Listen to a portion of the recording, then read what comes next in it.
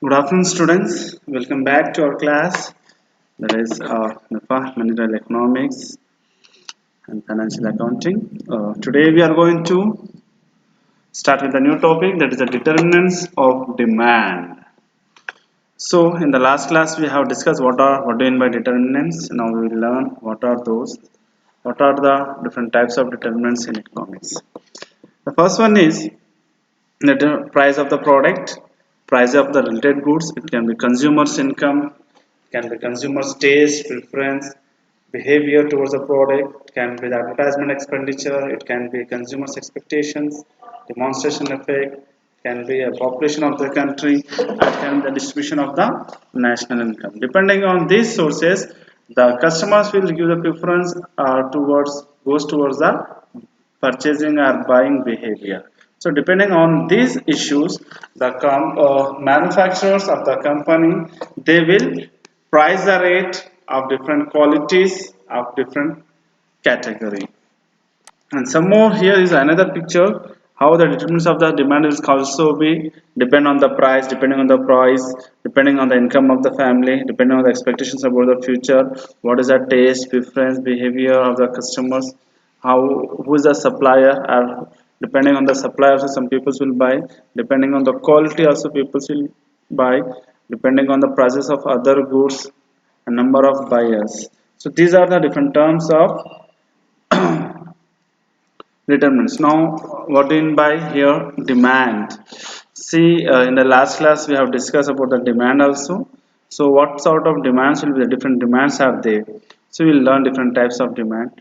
So, here before that, going for the different types, we will go for what do you mean by demand? See, demand is such a thing that where uh, it is necessary of the customers when it is going beyond the necessary and the wants, depending on the needs and wants, when something is in demand. So we are having different types of the individual demand and the market. These are the different types of demands, like individual demand and market demand, total market demand and the market segment demand, derived demand and the direct demand, industry demand and the company demand, short run demand and long run demand, price demand, price income cross demand. These are the different types of demand. So we will learn one by one about it and we'll come to know what does it mean and how it focusing on it. Now, before going for the demand, there is a law of the demand. What's that? As prices increases, the quantity demand is decreased. As prices decrease, the quantity demand will increase. So keep this formula in your mind. Focusing on this, we will go for one by one. So the first one is here the derived demand and autonomous demand.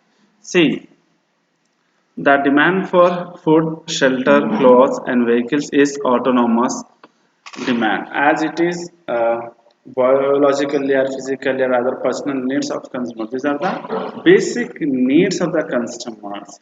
And on the other hand, what in my derived demands, it is nothing but those products that arises due to the demand for other products. That is demand, like cell phone. It is not necessary. Without cell phone also we can survive in this earth, on this earth, sorry. But what will happen now, it is has become a demand we need for our daily work, like for the communication, for getting information, for sending videos, xyz, buying, purchasing, shoppings, all the activities nowadays are going on the mobile only and has become a demand. No, we learn some basic. What does it mean? Derived demand is the demand when the demand for a good is associated with another parent good. It is called a derived demand. See, autonomous demand is nothing but fully depend on individual demands. As we were discussing that food, shelter, cloth, vehicle. These are the basic demands or autonomous demand of every individual. It is difficult to name a product which is fully autonomous. But coming to derived demand, the example I will say you here, the demand for steel is not for its own sake, but for satisfying the demand for construction. For the sake of construction, we need the steel, iron. So that is the derived demand. It may be observed that the demand for all producers goods is derived. Whatever the goods are derived, we can go for it. Now coming for the second demand, that is consumers goods and producer goods. So what is the difference between the consumer goods? Let's have a look. Consumer goods are those goods which are directly used for final consumption, which are consumed by the consumers who are purchasing, like for example clothes, house, food, bread, tea, or scooters, etc. Consumers' demand will depend on their income. Depending on the income, the consumers will go and purchase those goods, preferably on the quality too. So maybe if they are having 500 rupees note in their pocket and they want to have any clothes, then they will go for the smart shirt. They'll purchase one shirt. And they are having 3,000 rupees in their pocket, definitely they'll go for the high quality of the product. So consumer goods are also known as direct demand. Keep in mind. Now coming to the producer goods are not used by consumers directly. They are used for further production of other goods like machines, tools, coal, raw materials, which are used by the producers, which are not used by the consumers directly. Where the producer will provide these goods, that means they will get the raw material or the semi goods from other suppliers and they will assemble it and they will manufacture it, or they will make in a finished good, then only they will sell into the market. The goods which are used for the producers for making the final goods are known as producer goods. Like the machines they need for making the final good, they need the tools, they need the raw material, etc. Producer demands will depend on the demand for their final product. That means producer demand will depend on the demand for their final product. Depending on the final product demand, their producer goods will also be in demand. That means demand for the cloth manufacturing needs ready-made garments. So what are those? From where they will get? Who are the suppliers? On what rate at what time he is going to deliver? Depending on the quality too. Producer goods are also known as derived demand. Direct demand, the derived demand. See, consumer goods direct, when the consumers are consuming those goods are known as direct demand. When the producer, the person, the company which is manufacturing the final goods of the consumers, those goods are known as derived demand. So I hope students the topic has been clear with you with the help of the examples which is there on the screen. If you are unable to understand my accent, by seeing on the screen it has been mentioned in clear and soft words you can able to understand that. Please read once. Now we'll go for the next term, that is demand for durable goods and non-durable goods. See, durable goods are those goods whose total utility is not exhausted in single or a short-run use. I mean, durable goods can be used continuously over a period of time. Durable goods may be consumers goods as well as producer goods. Durable goods includes like shoes, clothes, house, furniture, refrigerator, scooters, etc. In common parlance, I can say to you that durable goods are those goods which will run for the long term. Whereas coming to the non-durable goods, on the other hand, we can say such goods are which will run for the short term, like food items, milk, kerosene, or cosmetic. That means which soaps, fruits, vegetables, and some finishing material, as we can say that like fuel, petrol, or the power, electricity. That will be once consumed, it won't be used once again. That means these are the goods will be in the short term or non-durable goods. Next, we'll go for the new demand and replacement demand. See, when the demand for a new product and it is in addition to its existing stock, that means whenever the new features are coming for the product, those products will be in demand. Those features will be in demand of that product. For example, new model car, new models. If convert your mind directly towards four-wheeler in 1980, how is the model of 1980 Maruti car? And if you compare those same company car with 2020, so the demand of the new product demand is known as new product demand.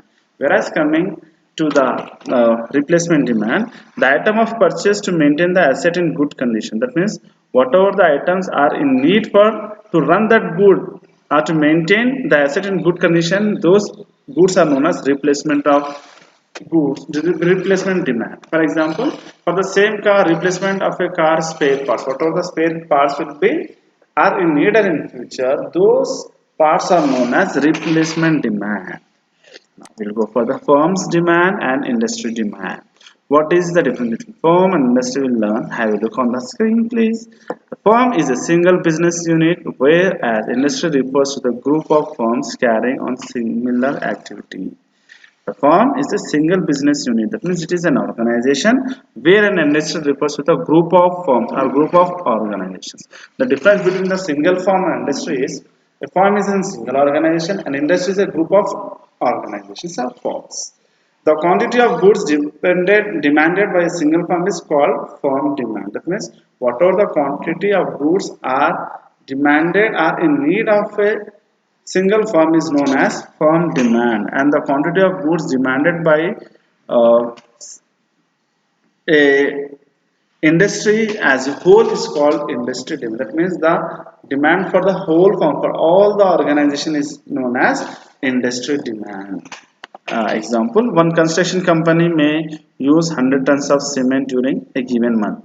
This is the firm demand. That means a company is using 100 tons of cement within that month. But the construction industry in a particular state may have used 10 million tons. This is industry demand. That means what is the industry demand? See, one company is need how much capacity is having for its construction, they will take that much of cement. But as you know, continuously the work will goes on in the industry somewhere. So they have to keep in stock. And what is the demand for other firms? Firm industry means groups of firm.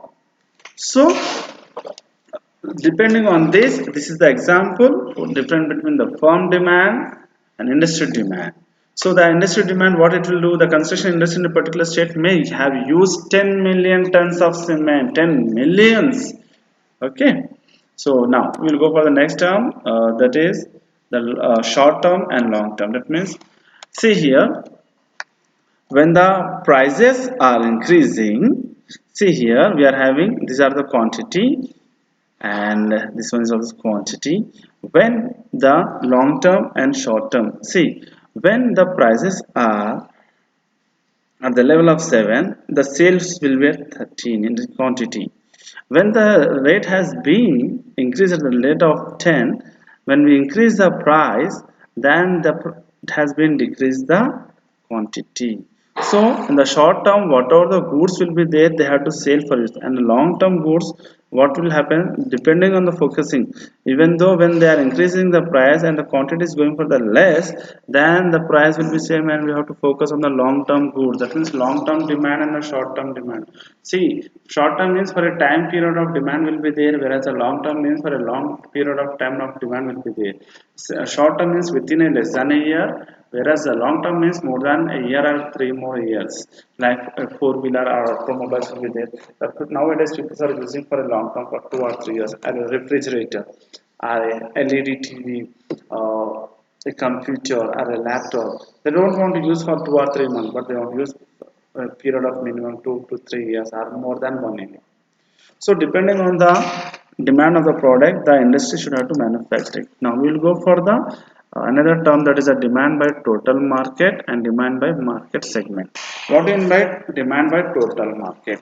The total market demand for a product refers to total market demand. How much demand is there? Like demand for vanilla ice cream in India. That means this is the demand for total market. How much market? India is a very big market. We have to, if you segment it, if you divide it in different states, again in different districts, again in different towns and different mandals, villages, we'll come to know what is the demand of the total market. Now demand by market segmenting.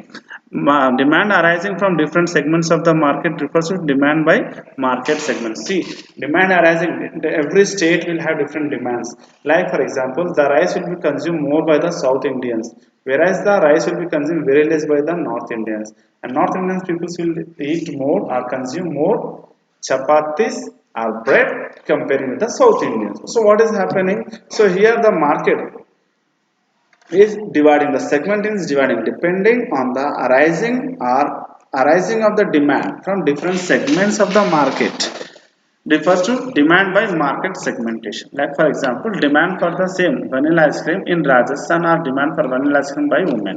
So what's happened?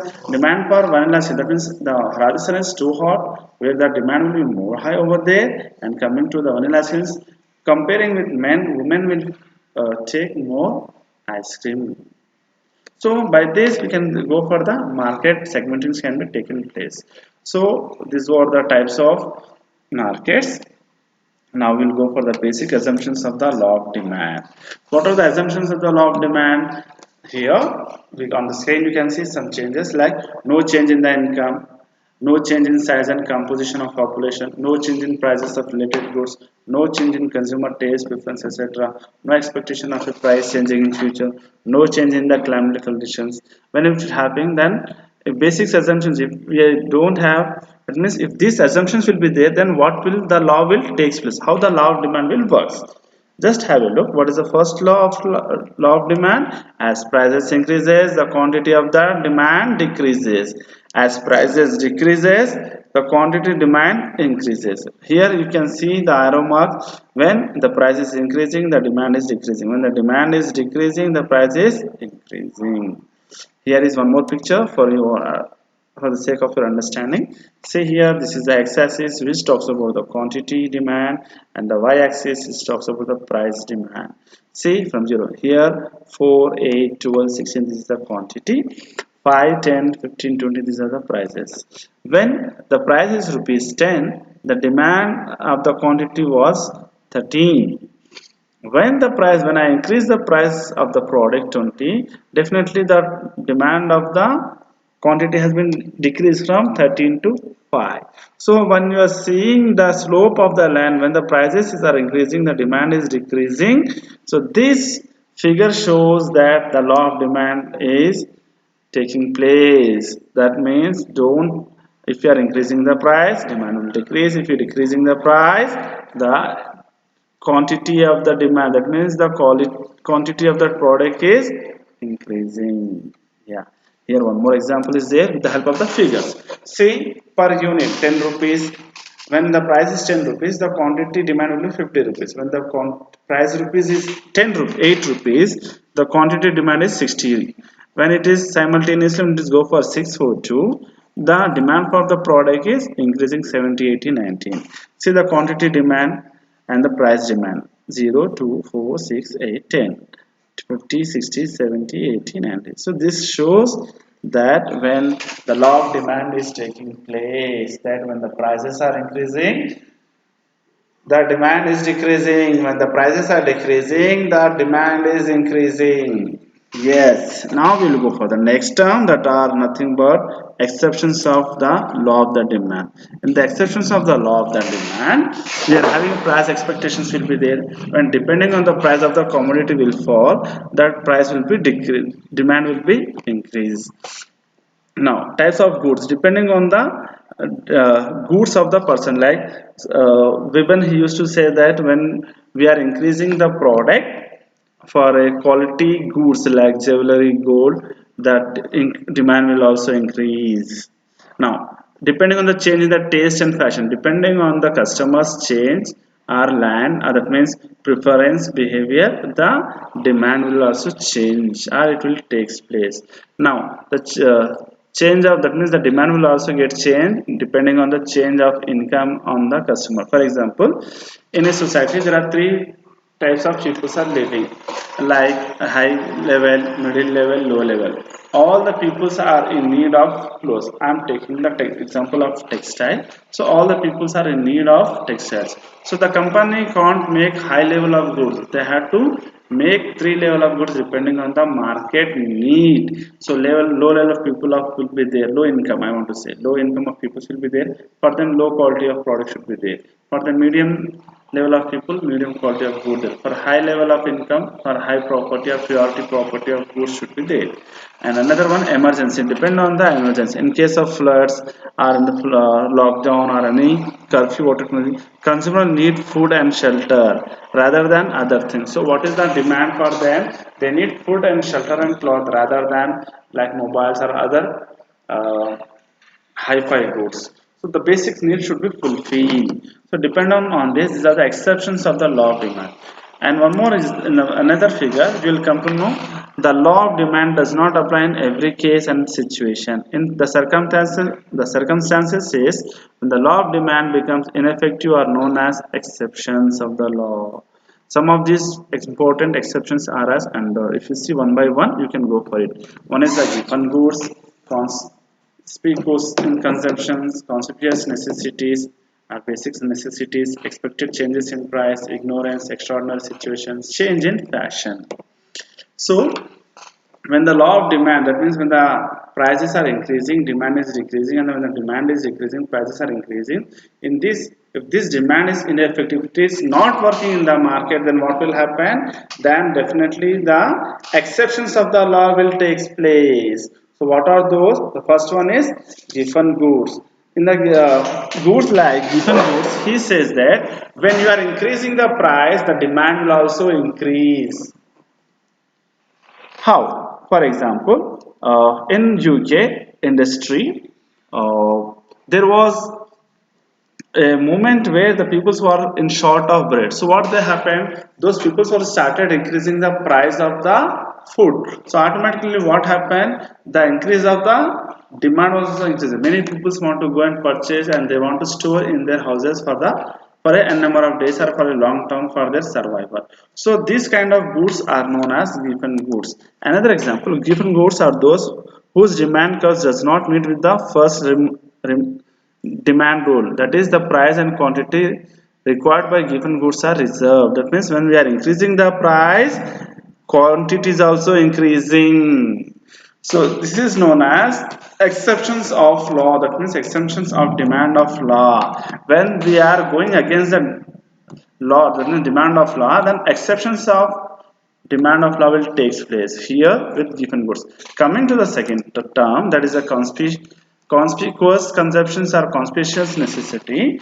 In this, that means these goods were purchased for snob appeal and are called goods for conspicuous consumptions, and it was developed by Veblen economist who coined the term. According to Veblen, some people buy a commodity for the sake of enhancing their prestige and status in the market, that means in the society, like jewelry, diamonds, luxury car, etc. So they are prestigious goods. When the demand for the prestigious goods will be there, then only the cost of the goods will be increased, and these goods will be rare in the market. When these goods will be rare in the market, the prices will increase and the demand will also increase. So this concept is also known as exceptions of to demand of law. Now on the screen you can see a Veblen good is a good for which demand increases as the price increases because of its exclusive nature and appeal as a status symbol. A Veblen goose has an upward sloping demand curve which runs encounter to the typical downward sloping curve. Yes. Now, if you see in the picture, what is the difference between the given goods and Veblen goods? In the given goods, when we are increasing the price, quantity is also increasing.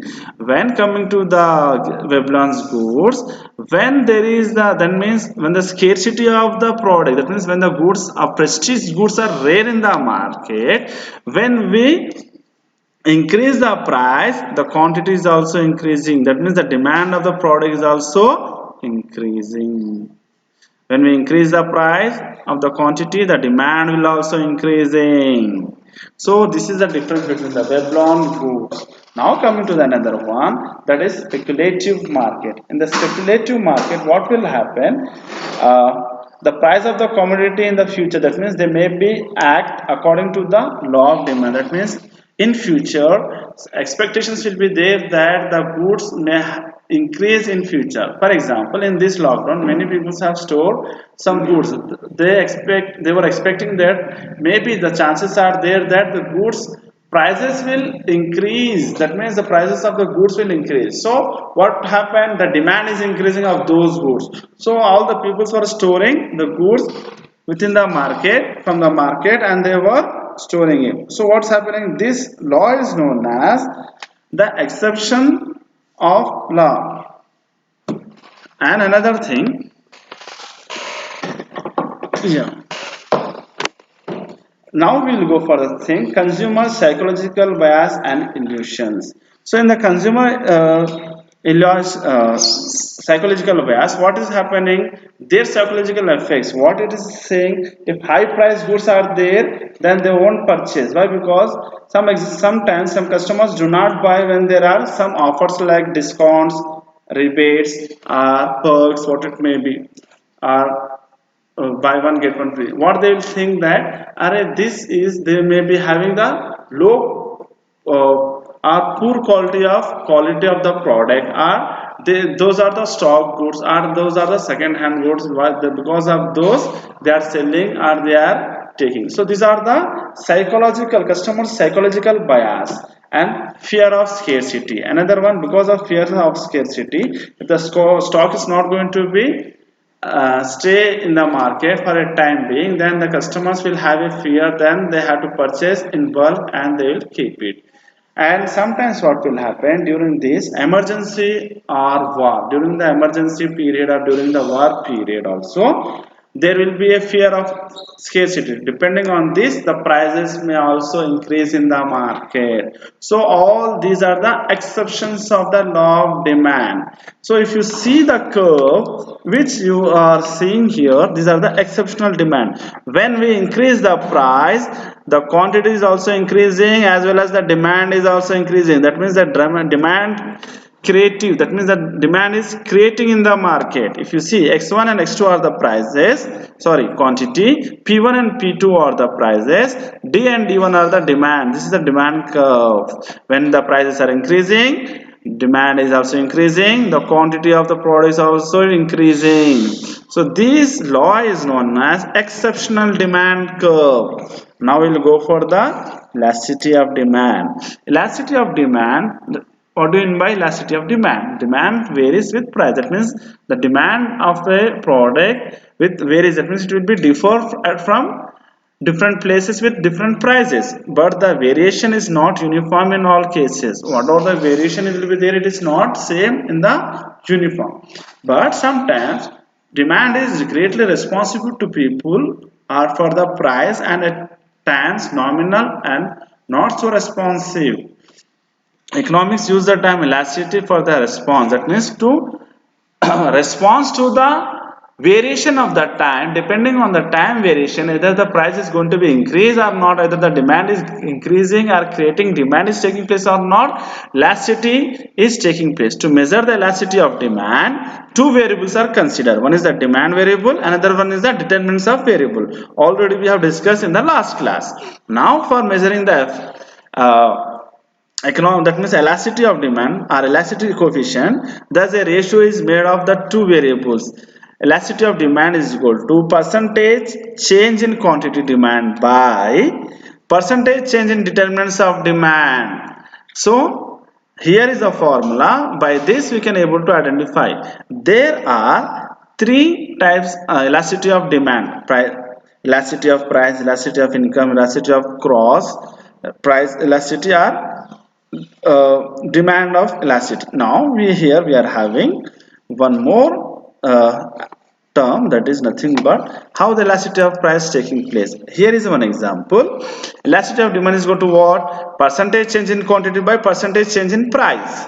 So because there are so many housing options here on the screen, it is easy for people to not have to pay more than they want to. What is their quantity? They may have to pay that much only. What is their demand? Depending on the price, they can go for this. That means percentage change in the quantity, how much quantity they want to change. That means they need this much of area, big land, they have to pay a big amount. If their demand is very less, then they need to pay only very less. This is known as the variation of the price, and it calls as elasticity of demand.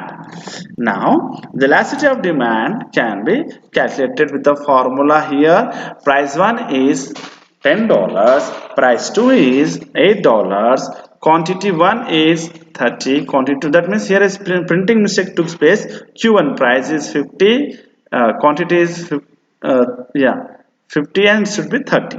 Now the formula is Q1 minus Q2 by Q1 plus Q2 by P1 minus P2 by P1 plus P2. 50 minus 30 is equal to 20. 50 plus 30 is equal to 80. 50 by 80. That means if you see here, 20 by 80 is taking place of the demand. That means first one, percentage of change in the quantity. Now percentage of the change in the price. P1 is $8 minus P2 is $8. 10 minus 8 is equal to $2. Coming to the P1 plus P2, price 1 plus price is equal to 10 plus 8 is equal to $18. $2 plus $8 is equal to uh, divided by here. So if you go for the cross multiplications, if I see this 20 ones are 24s, it will become 1 by 4. 2 ones are 2 nines, it will become 1 by 9. If you go for the cross verification, here what we will get 1 9 by 4 is equal to 2.25. This is the elasticity of the demand. Now we will go for the another term. Those are the types of elasticity of demand. In the types of elasticity of demand, we are having four types of elasticity of demand. The first one is price elasticity of demand. Second one, income elasticity of demand. Third one, cross elasticity of demand. Fourth one, advertising elasticity of demand. So I hope students you have understand this, and we will continue with our next and that is types of elasticity of demand tomorrow. Thank you. Have a nice day.